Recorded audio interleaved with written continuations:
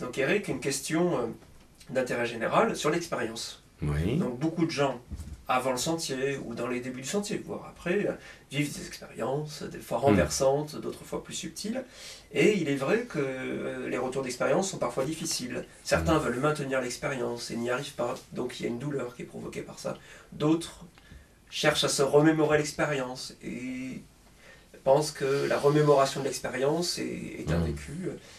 Et autre chose à savoir que peut-on considérer l'expérience pour ce qu'elle est, à savoir un enseignement à un moment donné. Oui. Alors, de toute façon, la recherche pour retrouver une expérience, maintenir une expérience, est de l'ordre de l'attachement spirituel. Bien. Donc, l'attachement en général est une mauvaise chose. Simplement, quand il s'agit d'un attachement spirituel, c'est un attachement plus subtil, sur un sujet plus subtil que les attachements matériels, mais c'est un attachement. Essayons de voir les choses globalement. Il y a eu une expérience qui a été vécue, pour un ensemble de causes à effet. Je n'ai pas, moi, en main les rênes de la vie qui me permettent de produire comme ça les choses à volonté. C'est pas le petit homme qui est le chef. Donc, il est là, il reçoit une expérience, il y a une autre chose qui vient, il ne dirige pas sa vie. Depuis quand les hommes dirigent leur vie? Ça se saurait. Ranjit disait comme cela, et à la fin, le corps meurt sans vous demander la permission. Eh bien oui, qui dirige sa vie? Personne. Donc les choses arrivent et s'en vont. Et donc, le fait de s'accrocher aux choses, c'est une attitude qui est tout à fait un obstacle vis-à-vis du spirituel, tel que nous l'entendons. Donc, bien sûr, alors, on va me dire, ah bah oui, mais c'est mieux de s'accrocher à du spirituel qu'à du matériel. Peut-être, légèrement mieux, oui. Mais c'est toujours le fait de s'accrocher. Et s'accrocher, ça veut dire quoi? Ça veut dire, je veux que les choses se répètent. Et si je veux que les choses se répètent, j'ai pas confiance dans le caractère infini de l'univers, de la vie.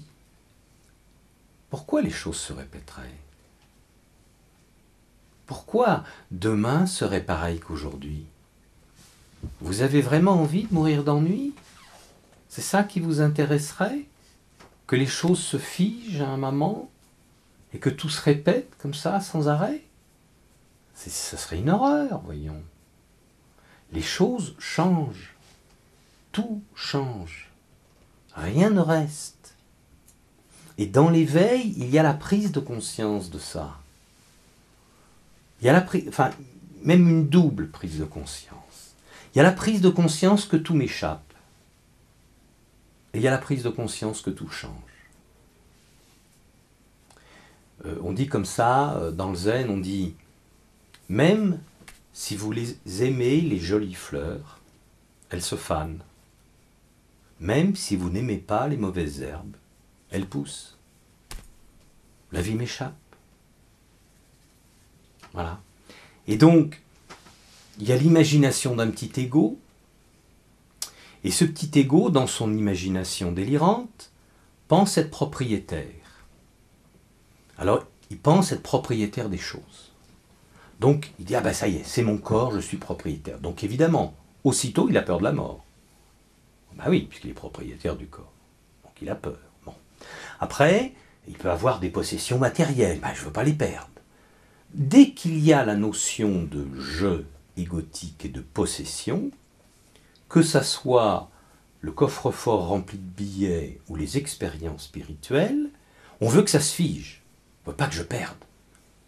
On ne veut pas que je perde. Alors, j'ai une expérience spirituelle, je peux devenir agressif si on me dérange dans mon vécu spirituel. Il faut que je maintienne mon état de conscience serein, etc. Bref, c'est du délire tout ça. C'est du délire. rien n'est figé, rien ne s'arrête, tout change, rien ne m'appartient. Je lâche prise, c'est l'éveil. Je suis la conscience qui perçoit, et l'énergie déroule la vie, le panorama toujours changeant de l'existence. Voilà. C'est ça. Il ne faut pas être figé. Puis alors, se figer quoi sur une expérience qui a été vécue. Mais quelle horreur. Et toutes celles à venir que tu ignores. Hein?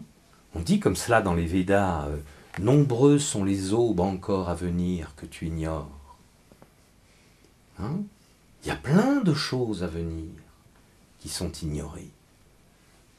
Dans cette vie et dans les autres vies. Donc, c'est un spectacle magnifique. Et ce qui est magnifique, c'est ça ne se répète pas. C'est ignoré. On ne connaît pas ce qui va arriver. C'est imprévisible. C'est pour ça que c'est merveilleux, imprévisible. Mais ça, un ego déteste. Il veut être prévisé. Les gens font des projets. Hein. Bon, mais ça ne marche pas. Tout le monde le sait. Bon, mais ils ont fait des projets. Alors ça leur permet de souffrir chaque fois que leurs projets sont contrariés. Et c'est comme ça que se passe la vie égotique, n'est-ce pas? Mais c'est bête. C'est tout simplement bête. Donc il faut lâcher prise vis-à-vis du spirituel comme du matériel. Il y a eu des expériences, très bien. Mais 10 minutes après l'expérience est morte. C'est fini. À chaque instant, le passé est mort. Toute tentative pour maintenir le passé est vouée à l'échec. Donc, c'est en même temps une nouvelle extraordinaire. Le passé est mort. Quelles que soient les erreurs que vous avez faites, c'est fini. L'instant est neuf. Chaque journée, chaque jour une vie. Voilà. Donc ça participe à l'éveil. Certainement pas le fait de s'accrocher. Et si je suis ouvert à toutes les possibilités, mais oui, mais d'autres expériences viendront, bien sûr. Mais elles viendront quand elles voudront, quand ce sera le moment. Pas de problème. Donc il ne faut pas se figer. Je dois être dans ce qui est dans l'instant et jamais dans le passé. Évoquer le passé ne sert à rien. C'est pour ça d'ailleurs que la notion de réalisation, si vous la spirituelle, si on la conçoit comme quelque chose qui sera obtenu un jour, c'est complètement faux. Il n'y a jamais rien d'obtenu. On est réalisé ou libéré, ou on ne l'est pas, d'instant en instant. Il n'y a pas d'obtention de propriété de la réalisation. Ah, je me suis réalisé tel jour à telle heure. Foutaise. Tu as eu une expérience tel jour à telle heure. Elle est morte depuis longtemps, cette expérience. Il y a juste un petit reliquat dans la mémoire. C'est fini. C'est là ce qui compte, maintenant, d'instant en instant. Pas d'acquisition. Je suis conscience qui perçoit. Je n'ai pas de main pour saisir. Je ne peux rien saisir.